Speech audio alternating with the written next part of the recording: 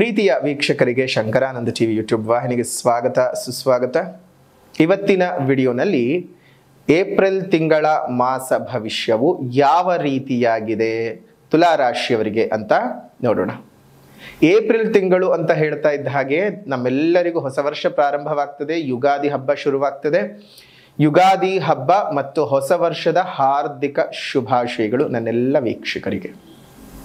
ನಿಮ್ಮ ಮನೆಯಲ್ಲಿ ಸುಖ, ಸಮೃದ್ಧಿ, ಶಾಂತಿ, ಆರೋಗ್ಯ, ಭಾಗ್ಯ ಪ್ರತಿಯೊಂದು ನೆಲೆಸಲಿ ಅಂತ ಆ ದೇವಿಯಲ್ಲಿ ನಾನು ಸಹ ಪ್ರಾರ್ಥನೆಯನ್ನು ಮಾಡ್ತಾ ನಿಮ್ಮೆಲ್ಲರಿಗೂ ಸಹ ಒಳಿತಾಗಲಿ.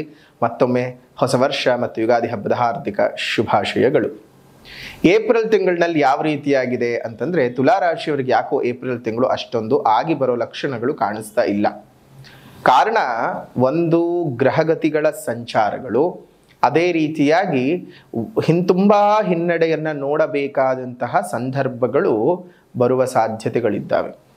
ಪ್ರಾರಂಭದ ಒಂದು 15 ದಿವಸ ಚೆನ್ನಾಗಿದೆ ಅನ್ನೋದು ಬಿಟ್ಟರೆ, 15-16 ದಿವಸ ಚೆನ್ನಾಗಿದೆ ಅನ್ನೋದು ಬಿಟ್ಟರೆ, ಮುಂದಿನ ದಿನಗಳು ಅಷ್ಟೊಂದು ಚೆನ್ನಾಗಿಲ್ಲ. ಸ್ವಲ್ಪ ಹಿಂಸೆ ಯಾತನೆಗಳು ಇದ್ದಾವೆ. ಜಾಗರೂಕತೆಯಿಂದ ಇರಬೇಕು ಈ ಒಂದು ತುಲಾರಾಶಿಯವರು. ಈ ತಿಂಗಳಲ್ಲಿ ನೀವು ನಂಬಿದವರಿಂದಾನೇ ಮೋಸ ಹೋಗ್ತೀರಿ. ನಿಮ್ಮ ಆಸೆ ಆಕಾಂಕ್ಷೆಗಳು ಯಾವುದು ಈಡೇರದೆ ಅರ್ಧ ಆಗುವಂಥದ್ದು, ಇನ್ನೇನು ಮುಗದೇ ಹೋಯ್ತು ಅಂದ್ಕೊಳ್ಳೋ ಹೊತ್ತಿಗೆ ಏನಾದರೂ ಒಂದು ತೊಂದರೆ ತಾಪತ್ರೆಗಳು ತುಲಾರಾಶಿಯವರಿಗೆ ಬಂದು ಸೇರ್ತಾ ಇರುತ್ತೆ. ಅದೇ ರೀತಿಯಾಗಿ ಈ ತಿಂಗಳಲ್ಲಿ ನೀವು ಯಾರಿಗಾದ್ರೂ ಸಹಾಯ ಮಾಡಿದ್ರೆ, ನೀವು ಯಾರಿಗೆ ಸಹಾಯ ಮಾಡಿರ್ತೀರಲ್ಲ ಅಂತಹವರಿಂದಾನೇ ನೀವು ಒಳಪಡಬೇಕಾಗ್ತದೆ. ಅದರಲ್ಲೂ ಈ ತಿಂಗಳಲ್ಲಿ ನೀವು ಯಾರನ್ನು ಹತ್ರ ಸೇರಿಸ್ಕೊಳ್ಳದೆ ಇರೋದು ತುಂಬಾ ಒಳ್ಳೆಯದು. ತುಂಬ ಕಷ್ಟಗಳನ್ನು, ನಷ್ಟಗಳನ್ನು ಅನುಭವಿಸಬೇಕಾಗಿರ್ತಕ್ಕಂತಹ ತಿಂಗಳಾಗಿರುತ್ತೆ. ತುಂಬ ನಿಮ್ಮನ್ನು ಹಿಂಡಿ ಹಿಪ್ಪೆ ಮಾಡುವಂತಹ ಜನರೇ ನಿಮ್ಮ ಸುತ್ತ ಬರತಕ್ಕಂಥದ್ದು. ನಿಮ್ಮ ಅರಿವಿಗೆ ಗೊತ್ತಾಗದೆ ನೀವು ಏನೋ ಮಾಡೋಕ್ಕೆ ಹೋಗಿ ಇನ್ನೊಂದು ಯಾವುದೋ ಒಂದು ವಿಚಾರಗಳಲ್ಲಿ ಸಿಲುಕಾಕ್ಕೊಂಡು ಬಿಡ್ತೀರಿ. ಅದೇ ರೀತಿಯಾಗಿ ಒಂದು ಸಣ್ಣ ಸಂತೋಷಪ್ರದವಾದಂಥ ವಿಚಾರ ಏನಪ್ಪ ಅಂತ ಹೇಳಿದ್ರೆ, ಈ ಒಂದು ತಿಂಗಳಲ್ಲಿ ವಿದೇಶದಲ್ಲಿ ಕೆಲಸವನ್ನು ಅರಸ್ತಾ ಇರ್ತಕ್ಕಂಥವ್ರಿಗೆ ಅಥವಾ ವಿದೇಶಕ್ಕೆ ವಿದ್ಯಾಭ್ಯಾಸಕ್ಕೆ ಹೋಗಬೇಕು ಅಂತ ಅಂದುಕೊಂಡಿರ್ತಕ್ಕಂಥವ್ರಿಗೆ ಶುಭವಾದ ವಾತಾವರಣ ಇದೆ. ಹಾಗಾಗಿ ನೀವು ಬೇರೆ ಬೇರೆ ಒಂದು ವಿಚಾರಗಳಲ್ಲಿ, ವಿದೇಶ ಪ್ರಯಾಣದ ವಿಚಾರದಲ್ಲಿ ಬಹಳಷ್ಟು ಅನುಕೂಲತೆಯನ್ನು ನೀವು ನೋಡ್ತೀರಿ. ಕುಟುಂಬದಲ್ಲೊಂದಷ್ಟು ತೊಂದರೆ ತಾಪತ್ರೆಗಳು ಉಂಟಾಗುತ್ತವೆ. ದೈಹಿಕವಾಗಿ ಅನಾರೋಗ್ಯ ಕಾಡ್ತಕ್ಕಂತಹ ತಿಂಗಳು, ಬಹಳಷ್ಟು ಅನಾರೋಗ್ಯಗಳು ಉಂಟಾಗ್ತದೆ. ಅದರಲ್ಲೂ ನಿಮಗೆ ಇದ್ದಕ್ಕಿದ್ದ ಹಾಗೆ ಈ ಹೊಟ್ಟೆಗೆ ಸಂಬಂಧಪಟ್ಟಂಥದ್ದು, ಕಿಡ್ನಿ, ಲಿವರ್, ಈ ಒಂದು ಪ್ರದೇಶಗಳಲ್ಲಿ ನಿಮಗೆ ತೊಂದರೆ ತಾಪತ್ರೆಗಳು, ಡೈಜೆಷನ್ ಪ್ರಾಬ್ಲಮ್ಗಳಾಗುವಂತಹದ್ದು ತುಂಬಾ ಆಗುತ್ತೆ. ಎಸ್ಪೆಷಲಿ ಈ ತಿಂಗಳಲ್ಲಿ ತುಲಾರಾಶಿಯವರಿಗೆ ಅವಯವಗಳ ಒಂದು ತೊಂದರೆಗಳು, ಅದರ ಮೇಲೆ ಆಗುವಂಥ ಇನ್ಫೆಕ್ಷನ್ಸ್ಗಳಿಂದ ತುಂಬ ಪ್ರಾಬ್ಲಮ್ಸ್ಗಳನ್ನು ಅನುಭವಿಸಬೇಕಾಗ್ತದೆ. ವೆಚ್ಚಗಳು ಬಹಳಷ್ಟು ಅಧಿಕವಾಗ್ತಾ ಹೋಗುತ್ತೆ. ಖರ್ಚುಗಳಾಗ್ತಾ ಹೋಗುತ್ತೆ. ಕಾರಣ ಏನಪ್ಪ ಅಂತ ಹೇಳಿದ್ರೆ, ನೀವೇ ಆಯ್ಕೆ ಮಾಡಿಕೊಂಡಿರ್ತಕ್ಕಂತಹ ದಾರಿಗಳು ಅಷ್ಟೇ.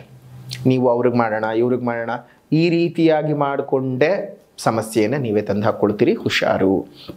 ಅದೇ ರೀತಿಯಾಗಿ ನಿಮ್ಮ ಸ್ವಾಭಿಮಾನಕ್ಕೆ ಪೆಟ್ಟು ಬೀಳ್ತಕ್ಕಂತಹ ವಾತಾವರಣ ಉತ್ಪತ್ತಿಯಾಗುತ್ತೆ.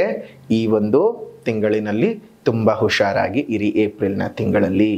ಅದು ಅಲ್ಲದೆ ನಿಮಗೆ ಆದಾಯ, ನೀವು ಖರ್ಚಾಗತ್ತೆ ಅಂತ ಹೇಳಿದ್ನಲ್ಲ, ಖರ್ಚಾಗೋದಕ್ಕೆ ಬೇಕಲ್ಲ ದುಡ್ಡು, ಆದಾಯ ಬರ್ತಾ ಇರುತ್ತೆ, ಆದರೆ ಬಂದದ್ದು ಉಳಿಯದೆ ಖರ್ಚಾಗ್ತಾ ಇರುತ್ತೆ. ದೈಹಿಕವಾಗಿ ಬಹಳಷ್ಟು ಶ್ರಮವನ್ನು ನೀವು ಪಡಬೇಕಾಗಿರ್ತಕ್ಕಂಥ ದಿವಸ. ಅದರಲ್ಲೂ ಈ ಒಂದು ತಿಂಗಳಿನಲ್ಲಿ 8ನೇ ತಾರೀಕು, 12ನೇ ತಾರೀಕು, 19ನೇ ತಾರೀಕು ತುಂಬ ಜಾಗ್ರತೆಯಾಗಿರಿ. ಸ್ವಲ್ಪ ಅವಘಡಗಳು ನಡೆಯುವಂತಹ ಸಾಧ್ಯತೆಗಳಿದ್ದಾವೆ. ಈ 3ರಲ್ಲಿ 8, 12, 19 ಹುಷಾರು. ಅದೇ ರೀತಿಯಾಗಿ ಏನಪ್ಪ ಪರಿಹಾರ ಮಾಡಿಕೊಳ್ಬೇಕು ಅಂತಂದರೆ ನೋಡಿ, ಈಗ ಮೇ ತಿಂಗಳಿನಲ್ಲಿ 8ನೇ ತಾರೀಕಿನಂದು ಲಲಿತಾ ಹೋಮ ಮಾಡಬೇಕು ಅಂತ ನಿರ್ಧಾರ ಮಾಡಿಕೊಂಡಿದ್ವಿ. ಅದಕ್ಕೆ ಬೇಕಾದಂತಹ ಎಲ್ಲ ಸಿದ್ಧತೆಗಳು ಸಹ ನಡೆದಿತ್ತು. ಆದರೆ ಚುನಾವಣಾ ಒಂದು ಅಸ್ತ್ರ ಎಲ್ಲರ ಮೇಲೂ ಪ್ರಯೋಗವಾಗಿದೆ. ಹಾಗಾಗಿ ಆ ದಿನಾಂಕವನ್ನು ನಾವು ಇನ್ನೊಂದು ಸ್ವಲ್ಪ ದಿವಸದಲ್ಲೇ ತಿಳಿಸ್ತೀವಿ. ಚುನಾವಣೆ ಮುಗಿದ ನಂತರದಲ್ಲಿ ಮಾಡುವ ಪ್ರಯತ್ನವನ್ನು ಮಾಡ್ತಾ ಇದ್ದೇವೆ. ಅದರ ಬಗ್ಗೆ ಇನ್ನು ಆಲೋಚನೆಗಳು ನಡೀತಾ ಇದ್ದಾವೆ. ನಮಗೇನಾದರೂ ಪರ್ಮಿಷನ್ ಸಿಕ್ತು ಅಂತ ಹೇಳಿದ್ರೆ ನಿಗದಿ ಮಾಡಿದಂತಹ 8ನೇ ತಾರೀಕಿನ ಚೈತ್ರ ಅಮಾವಾಸ್ಯೆಯಂದಿಯೇ ಮಾಡೋದಕ್ಕೆ ನಾವು ಸಿದ್ಧತೆ ಮಾಡಿಕೊಂಡಿದ್ದೇವೆ. ಆದರೆ ಈ ಚುನಾವಣಾ ಆಯೋಗ ನೀತಿ ನಿಯಮ ಎಲ್ಲ ನಿಮಗೆ ಸಹ ಗೊತ್ತಿದೆ ಅಲ್ವಾ. ಹಾಗಾಗಿ ಇಂತಿಷ್ಟೇ ಜನನ ಸೇರಿಸಬೇಕು ಅಂದರೆ ನಾನು ಆ ಥರ ಹೇಳಲಿಕ್ಕಾಗತ್ತಾ, ಜನ ನೀವು ಬರಬೇಡಿ, ಪೂಜೆಗೆ ಯಾರು ಬರಬೇಡಿ ಅಂತ ಹೇಳಲಿಕ್ಕೆ ಬರಲ್ಲ ಅಲ್ವಾ. ಹಾಗಾಗಿ ನಮ್ಗೆ ಅನುಮತಿ ಸಿಕ್ಕಿದ್ರೆ 8ನೇ ತಾರೀಕಿನಂದೇ, ಇಲ್ಲ ಅಂತ ಹೇಳಿದ್ರೆ ಆದಷ್ಟು ಬೇಗ ಯಾವ ಒಂದು ತಾರೀಕು ಅಂತ ನಾವು ಮುಂದಿನ ವಿಡಿಯೋಗಳಲ್ಲಿ ತಿಳಿಸ್ಕೊಡ್ತೇವೆ.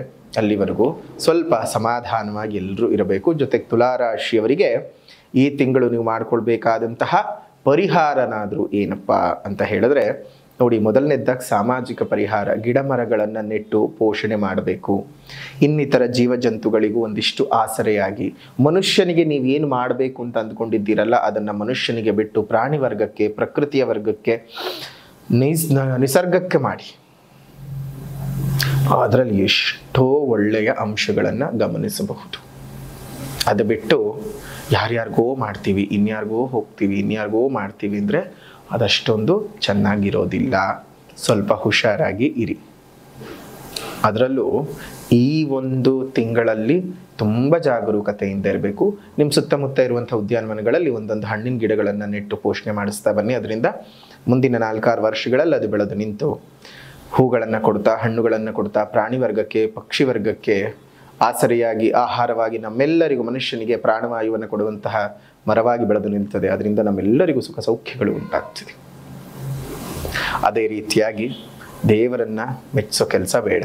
ದೇವರು ಮೆಚ್ಚಿಕೊಳ್ಳುವ ಹಾಗೆ ನಮ್ಮ ಬದುಕಿನ ಕ್ರಿಯಾಕರ್ಮಗಳನ್ನು ಮಾಡಿ ಆನಂತರ ದೈವದ ಪ್ರಾರ್ಥನೆಯನ್ನು ಮಾಡಿದರೆ ಖಂಡಿತ ಅನುಗ್ರಹ ಸಿಗ್ತದೆ. ಇನ್ನು ಈ ಬಿರು ಬೇಸಿಗೆಯ ಕಾಲಕ್ಕೆ ನಿಮ್ಮ ಮನೆ ಮುಂದೆ ಮತ್ತು ಮೇಲ್ಭಾಗದಲ್ಲಿ ಒಂದೊಂದು ಸಣ್ಣ ಸಣ್ಣ ಕುಂಡಗಳಲ್ಲಿ ನೀರನ್ನು ಇಡ್ತಾ ಬನ್ನಿ. ಆ ನೀರಿನ ಒಂದು ಆಸರೆ ಯಾವ ಯಾವ ಪ್ರಾಣಿಗಳಿಗೆ ಸಿಗ್ತದೋ ಆ ಪ್ರಾಣಿಗಳ ಪ್ರಾಣ ಉಳಿಸಿದಂತಹ ಪುಣ್ಯದ ಫಲ ನಿಮಗೆ ಸಿಕ್ಕು ಅರಿಷ್ಟ ಫಲಗಳು ನಿವಾರಣೆ ಆಗ್ತದೆ. ಇನ್ನು ಆಧ್ಯಾತ್ಮಿಕವಾದ ಪರಿಹಾರ ಅಂತ ಬಂದ ಸಂದರ್ಭದಲ್ಲಿ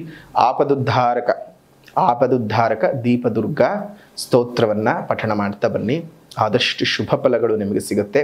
ದೀಪದುರ್ಗಾ ಪೂಜೆ ಮಾಡ್ಕೊಳ್ಳುವಂಥದ್ದು, ದೀಪದುರ್ಗಾ ಸ್ತೋತ್ರದ ಪಠಣವನ್ನು ಮಾಡುವಂಥದ್ದು ಈ ತಿಂಗಳು ಮಾಡ್ಕೊಳ್ತಾ ಬನ್ನಿ. ಹೋಮದ ದಿನಾಂಕವನ್ನು ಬದಲಾವಣೆ ಮಾಡಬೇಕಾ ಅಥವಾ ಅದೇ ದಿನಾಂಕದಂದು ನಡೆಸಬೇಕಾ? ಅನುಮತಿ ಸಿಕ್ಕಿದ್ರೆ 8ನೇ ತಾರೀಕಿನಂದೇ ನಡೆಯುತ್ತೆ, ಇಲ್ಲದೇ ಇದ್ದರೆ ಒಂದು ಸ್ವಲ್ಪ ಮುಂದಕ್ಕೆ ಹೋಗ್ತದೆ. ಆ ಹೋಮಕ್ಕೂ ಸಹ ತಾವೆಲ್ಲರೂ ಬಂದು ಪಾಲ್ಗೊಂಡು ಅಮ್ಮನವರ ಕೃಪಾಶೀರ್ವಾದಕ್ಕೆ ಒಳಗಾಗಿ ಧೈರ್ಯವಾಗಿದ್ದು ಜೀವನವನ್ನು ಮುಂದುವರಿಸಿ. ಲೋಕಾ ಸಮಸ್ತ ಸುಖಿನೋ ಭವಂತು, ಸಕಲ ಸನ್ಮಂಗಳಾನಿ ಭವಂತು, ಸರ್ವೇ ಜನಾಃ ಸುಖಿನೋ ಭವಂತು, ಸಮಸ್ತ ಸನ್ಮಂಗಳಾನಿ ಭವಂತು.